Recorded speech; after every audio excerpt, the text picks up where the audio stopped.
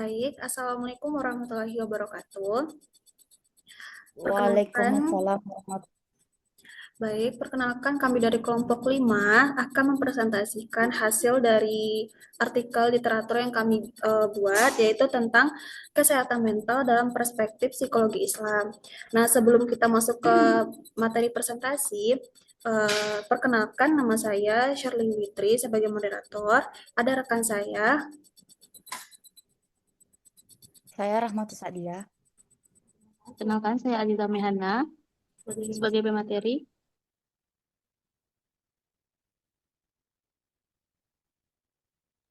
Saya Lelatul Fatia sebagai pemateri. Saya Lingga Maya Putri. Saya Rehan Aprilian. Baik, kita langsung saja masuk kepada materi pertama, yaitu tentang latar belakang tema kami yang akan disampaikan oleh Rahmah. Kepada Rahmah, disilakan.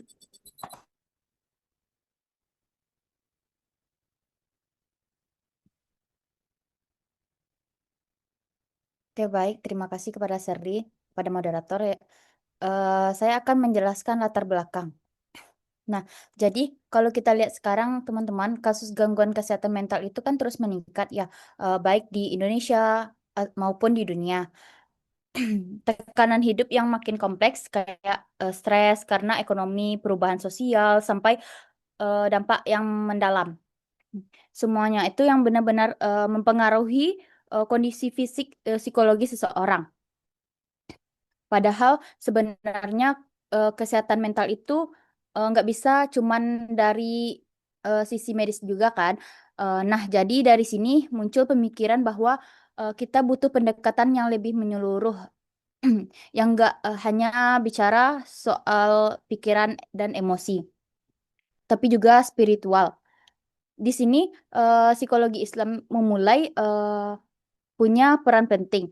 Psikologi Islam itu melihat manusia itu bukan cuman tubuh dan pikiran, tapi juga makhluk spiritual yang punya hubungan dengan Allah.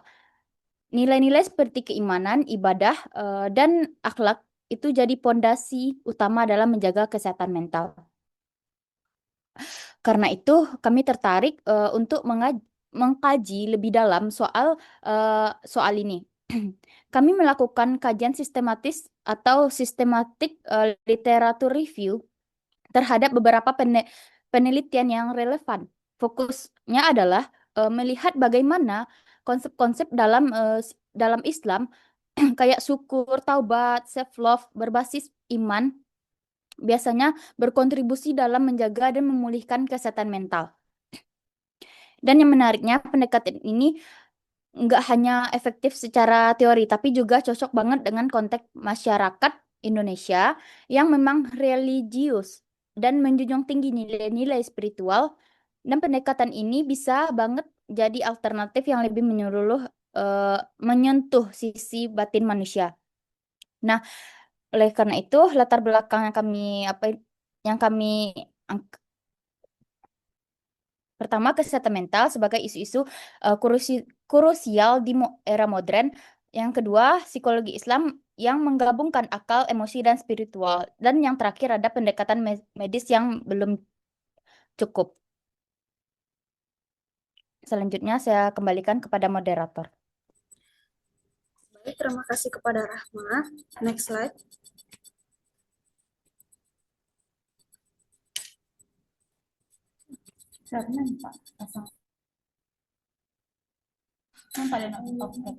Baik, kita masuk kepada rumusan masalah dari penelitian kami ini. Nah, jadi teman-teman semua, kesehatan mental itu tidak hanya dipengaruhi oleh faktor biologis dan sosial, tetapi juga dari dimensi spiritual manusia juga. Nah, dalam konteks masyarakat yang religius seperti di negara kita sendiri, nilai-nilai Islam itu berpotensi besar karena dia itu menjadi sumber ketenangan batin dan penguatan mental kita. Dan karena itu penelitian ini bertujuan untuk mengeksplorasi lebih lanjut bagaimana kontribusi nilai-nilai spiritual Islam terhadap kesehatan mental melalui pendekatan kajian literatur ini. Jadi, ada beberapa tema yang kami angkat, yaitu tentang bagaimana kontribusi atau nilai-nilai nilai Islam seperti syukur, taubat, atau religiusitas dan self-love terhadap kesehatan mental individu tersebut. Next slide. Nah, jadi pada tampilan di PPT itu ada metode Prisma dari literatur kami ini. Terlihat pada PPT, penelitian kami ini merupakan studi sistematik literatur review atau SLR. Nah, yang dilakukan untuk mengeksplorasi dan mengsintesis literatur yang relevan mengenai kesehatan mental dalam perspektif psikologi Islam. Dan oleh karena itu, pelaksanaan ini kami menggunakan panduan Prisma seperti yang terlihat pada PPT, yang terdiri dari identifikasi, penyaringan, kelayakan, dan inklusi. Jadi kita masuk kepada tahap inklusi itu, ada 1.092.000 jurnal yang kami temukan tentang tema kami, yaitu tentang kesehatan mental dalam perspektif Islam. Lalu dilanjutkan dengan 1.074.000 di antaranya itu yang kami hapus sebelum pemrosesan penyaringan karena merupakan kutipan yang tidak dicek atau unchecked citation. Dan sehingga tersisalah 18.000 artikel untuk disaring. Dan selanjutnya itu pencarian judul yang kami lakukan berdasarkan kata kunci yang telah kami jelaskan di awal, yaitu tentang taubat dan kesehatan mental, syukur dan kesehatan mental, serta psikoterapi dan kesehatan mental. Nah, dari hasil tersebut, dapatlah kami 20 artikel yang kami saring dan kami seleksi pada tahap abstrak, yang abstrak screening itu.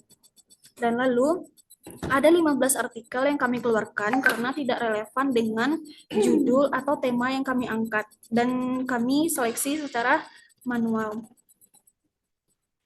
Lalu selanjutnya itu, terdapatlah 5 artikel yang kami seleksi penuh atau full text, dan tidak ada artikel yang kami keluarkan karena semuanya itu memenuhi kriteria inklusi atau sesuai dengan tema 5 tadi yang kami jelaskan di awal. Baiklah, sekian dari saya. Next slide. Baik, kami akan menjelaskan tentang lebih lanjut mengenai 5 tema yang kami temukan yang dijelaskan oleh Fatia. Kepada Fatia disilakan. Baiklah, dari tema yang kami temukan ini ada menjadi 5 tema. Yang pertama ada itu dilihat dari penelitian Hardianti dan kawan-kawan ini mengenai masalah kesehatan mental di kalangan remaja SMA itu ternyata cukup serius. Nah, banyak dari mereka mengalami stres karena tuntutan akademik dan tekanan sosial. Tapi menariknya, rasa syukur itu bisa jadi penyangga penting. Remaja yang punya kebiasaan bersyukur ini ternyata lebih kuat mentalnya, lebih optimis, dan gak gampang tumbang saat menghadapi tekanan. Dalam perspektif ini, psikologi Islam, syukur ini bukan cuma soal emosi positif, tapi juga bagian dari kesadaran spiritual yang bisa menenangkan jiwa. Nah, selanjutnya pembahasan tentang self-love dalam Islam yang diteliti oleh Safarina. Kita bisa lihat bahwa santri di pesantren juga punya tantangan tersendiri. Dengan rutinitas padat dan lingkungan yang cukup ketat, mereka rentan stres. Nah, disinilah pentingnya self-love, tapi bukan self-love ala barat ya, melainkan self-love versi Islam, di mana kita belajar mencintai diri sendiri sebagai bentuk syukur atas ciptaan Allah. Allah bisa memperkuat harga diri dan bikin emosi lebih stabil dan kehilangan nilai spiritual yang penting tanpa kehilangan nilai spiritual yang penting. Nah, yang ketiga ini, setelah pandemi banyak orang yang kesulitan adaptasi dengan kebiasaan baru.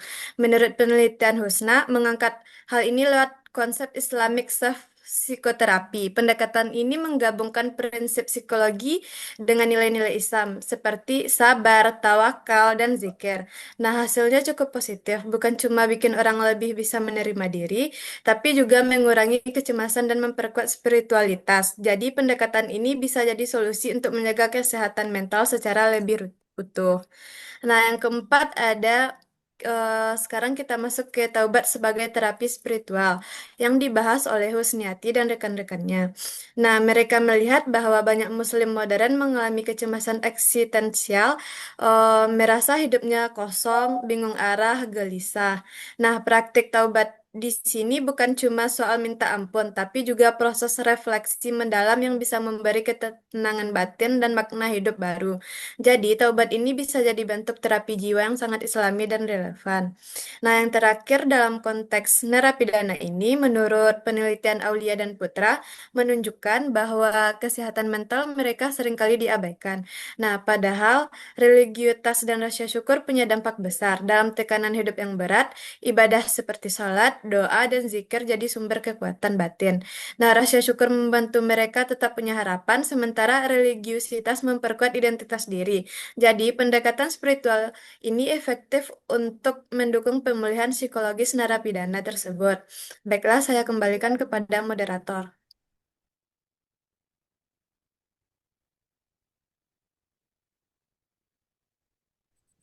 Baik, terima kasih kepada Fatia. Next slide.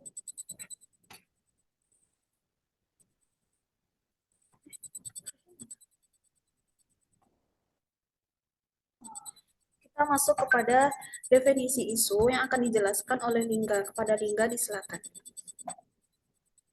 Baik, terima kasih kepada moderator. Jadi di sini ada beberapa poin terkait definisi isu. Yang pertama,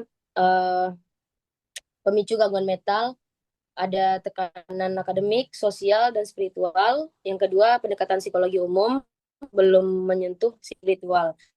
Psikologi Islam mengintegrasikan pikir taubat. Lalu teori-teori modern seperti gratitude dan religious coping dikuatkan dengan nilai Islam. Dan yang terakhir, spiritualitas Islam membantu untuk memulihkan makna hidup.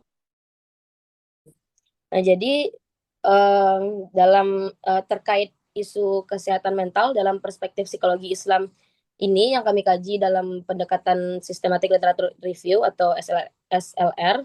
Jadi saat ini masalah kesehatan mental menjadi isu yang sangat penting ya, apalagi di tengah kondisi sosial dan tekanan hidup yang semakin kompleks. Masalah ini tidak hanya dipengaruhi oleh faktor biologis dan lingkungan saja, namun juga memiliki dimensi spiritual yang signifikan. Nah, dalam pendekatan psikologi Islam, manusia dilihat sebagai kesatuan tubuh, akal, dan juga roh. Oleh karena itu, kesehatan mental tidak hanya dipulihkan dengan intervensi medis atau psikososial, tapi juga melalui pendekatan spiritual tadi yang mengutamakan hubungan manusia dengan Tuhannya. Ini menurut definisi dari Reza tahun 2023. Nah, salah satu teori yang relevan dalam konteks ini adalah gratitude teori, yang mana teori rasa syukur yang dikembangkan oleh Emmons dan McCloud tahun 2003. Mereka menyatakan bahwa individu yang memiliki rasa syukur cenderung memiliki emosi positif, lebih tahan terhadap stres, dan memiliki pandangan hidup yang sehat. Dalam psikologi Islam, rasa syukur juga merupakan bentuk pengakuan atas nikmat Allah yang termasuk dalam ibadah hati, memberikan ketenangan jiwa menurut Hardianti dan kawan-kawan tahun 2021. Nah, ini sangat penting terutama bagi remaja yang mengalami tekanan akademik dan sosial karena sikap bersyukur dapat membantu mereka lebih fokus pada hal-hal positif dalam hidupnya. Nah, pendekatan lainnya adalah Islamic Self-Psychotherapy, yaitu integrasi antara terapi kognitif dan nilai-nilai Islam seperti zikir, muhasabah, dan tawakal, menurut Reza tahun 2023.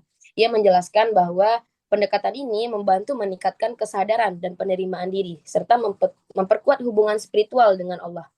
Praktik ini bersumber dari konsep tazkiyatun nafs, yaitu pensucian jiwa yang memperlakukan manusia secara utuh sebagai makhluk fisik dan spiritual. Dalam konteks kehidupan pesantren, santri sering menghadapi tekanan emosional akibat rutinitas yang padat dan sistem yang tertutup. Maka pendekatan cinta dari Islam menjadi sangat relevan. Menurut Safarina dan kawan-kawan tahun 2024, self-love dalam Islam bukanlah bentuk egoisme, tapi kesadaran akan nilai diri sebagai ciptaan Allah yang mulia, sebagaimana dijelaskan dalam surat Al-Isra ayat 70. Nah, hal ini mendorong santri untuk merawat dirinya secara seimbang dan menurunkan tekanan batin yang mereka alami. Selanjutnya pada kelompok dewasa, muda, dan masyarakat modern, sering muncul krisis eksistensial, yaitu perasaan hampa dan kehilangan arah hidup. Dalam konteks ini, seperti konsep taubat, menjadi terapi spiritual yang sangat efektif. Lalu kemudian ada juga teori religious coping dari menurut Pargamen tahun 1997, yang mana menjelaskan individu menggunakan keyakinan agama sebagai sumber kekuatan dalam menghadapi tekanan psikologis. Ini seperti berdoa, beribadah, dan berserah diri kepada Tuhan disebut sebagai bentuk positif religious coping. Nah, penelitian menurut Aulia dan Putra tahun 2023 menunjukkan bahwa religiulitas dan rasa syukur dapat meningkatkan kesejahteraan psikologi para narapidana karena dapat menumbuhkan harapan dan mengurangi beban batin di tengah keterbatasan. Jadi dari berbagai teori yang kita dapatkan, dapat disimpulkan bahwa nilai-nilai spiritual sangat berperan penting dalam memproses pemulihan dan penjagaan kesehatan mental. Psikologi Islam memberikan landasan konseptual yang komprehensif untuk memahami dinamika kejiwaan manusia, tidak hanya dari aspek mental dan emosional, tetapi juga spiritual, yaitu hubungan antara manusia, dirinya, dan juga Tuhan. Baik, sekian saya kembalikan ke moderator.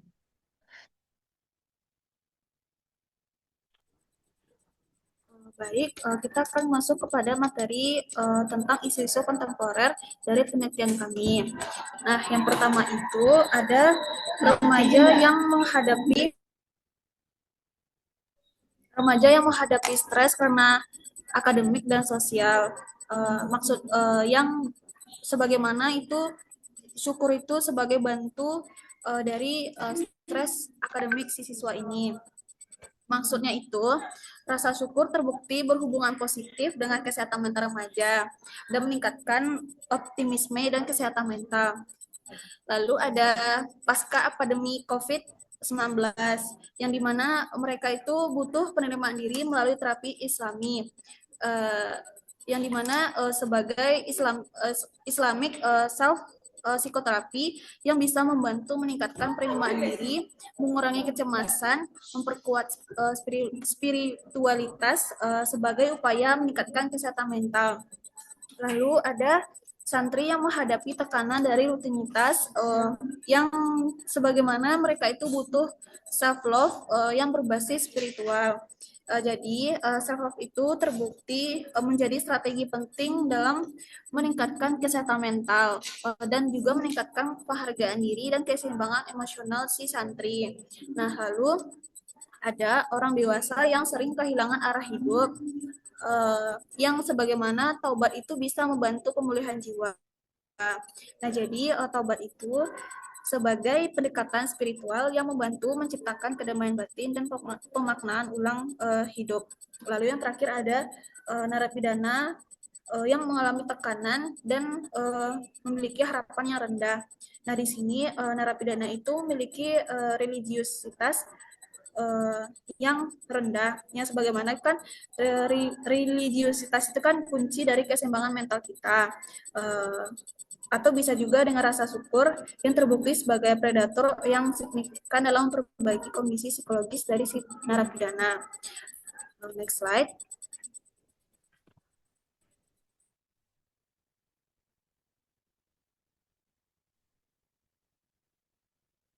Ini kan, Sir.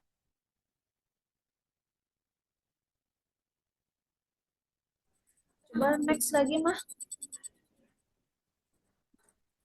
Ini.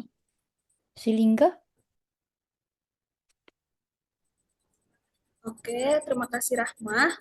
Selanjutnya, sebelumnya Mah, dampak-dampak. Oke. Bukan, maksudnya faktor yang penyebab Mah. Faktor penyebab. Nah, jadi selain isu kontemporer, nah jadi di sini ada faktor penyebab yang akan dijelaskan oleh Raihan. Kepada Raihan, silakan. Baiklah, saya akan menjelaskan faktor penyebab. Yaitu yang pertama itu ada kurangnya kemampuan mengelola emosi mudah stres. Yang kedua itu ada tidak bisa menerima diri, kurang self love atau munculnya rasa tidak layak dari dan cemas. Yang ketiga itu ada lemahnya nilai-nilai spiritual seperti sabar, ikhlas, tawakal dan membuat hidup terasa berat. Selanjutnya itu ada tidak menyelesaikan rasa bersalah secara spiritual. Itu yang terakhir itu ada lingkungan penuh tekanan.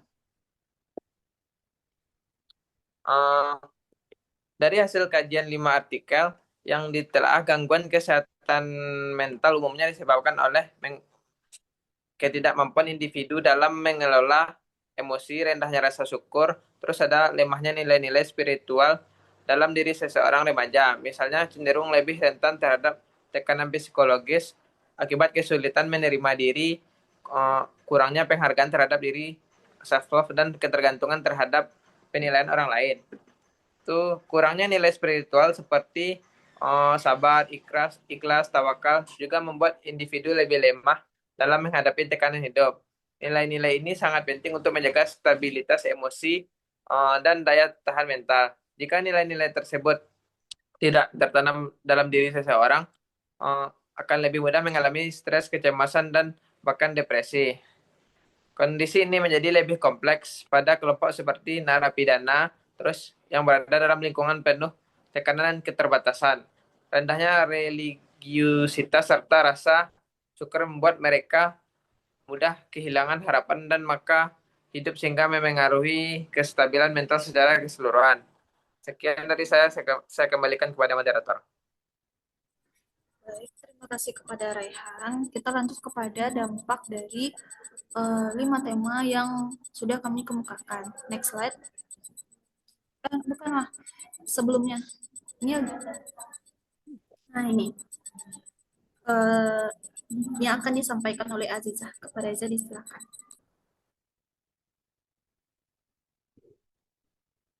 Baik, terima kasih moderator.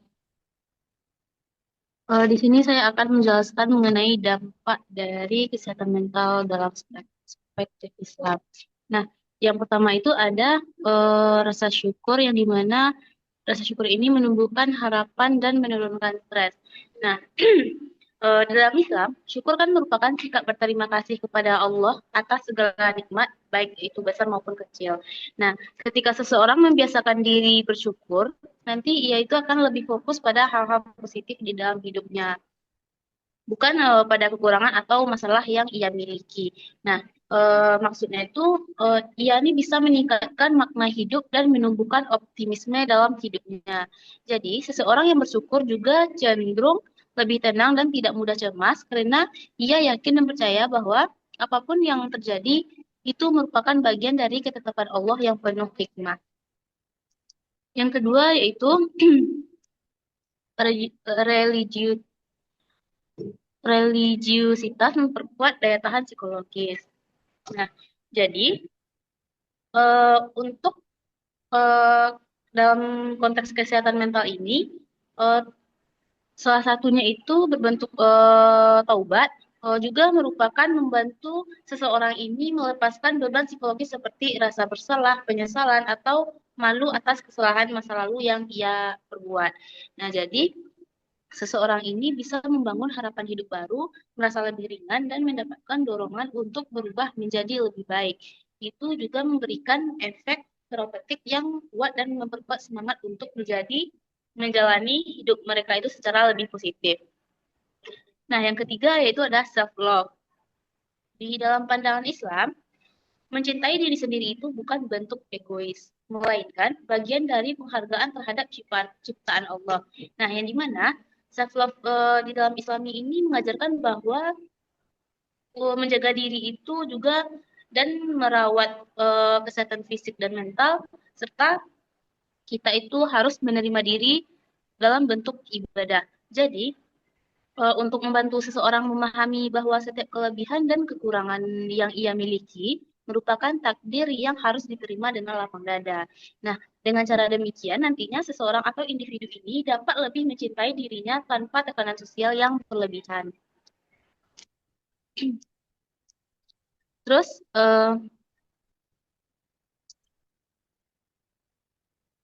yang terakhir yaitu ada taubat jadi terapi spiritual yang mengurangi beban batin. Nah, sebagaimana yang telah disampaikan rekan saya sebelumnya, taubat ini juga bukan hanya sekedar meminta ampun kepada Allah, tetapi maaf, tapi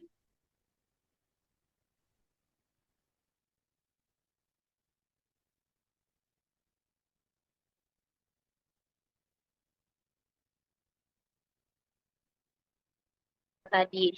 Nah, jadi di dalam dengan bertobat ini seorang individu nantinya bisa membangun hidupnya dengan membangun atau merasa lebih ringan dan dapat dorongan untuk berubah menjadi lebih baik. Sekian saya sampaikan, saya kembalikan kepada moderator. Baik, terima kasih Aziza. Nah, itulah dampak dari kesehatan mental dalam perspektif Islam. Next slide, Mah.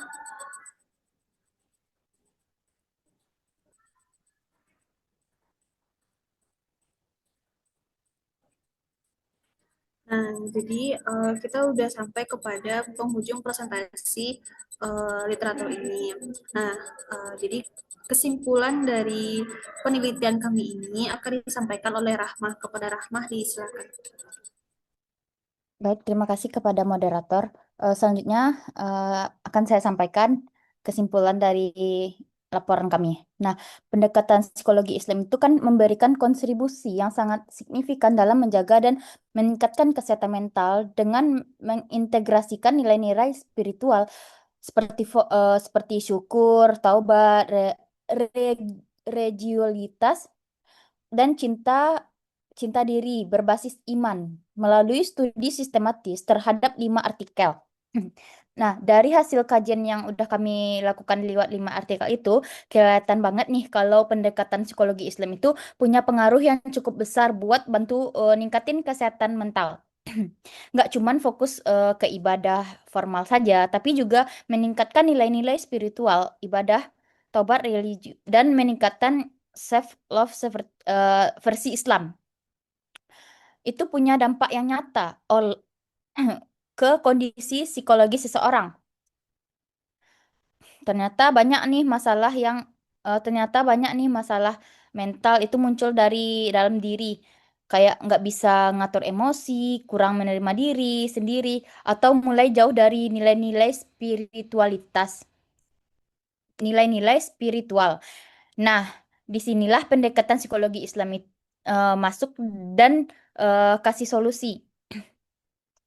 Praktik kayak zikir, muhasabah, atau belajar bersyukur. Itu bisa bantu mengurangi kecemasan, namun makna hidup dan bikin hati jadi lebih tenang. Intinya, kita nggak bisa nih terus-terusan ngandelin pendekatan medis atau teori yang barat saja. Kita juga perlu kasih ruang buat diri sendiri, buat nilai-nilai spiritual yang udah jadi bagian dari budaya dan kepercayaan kita.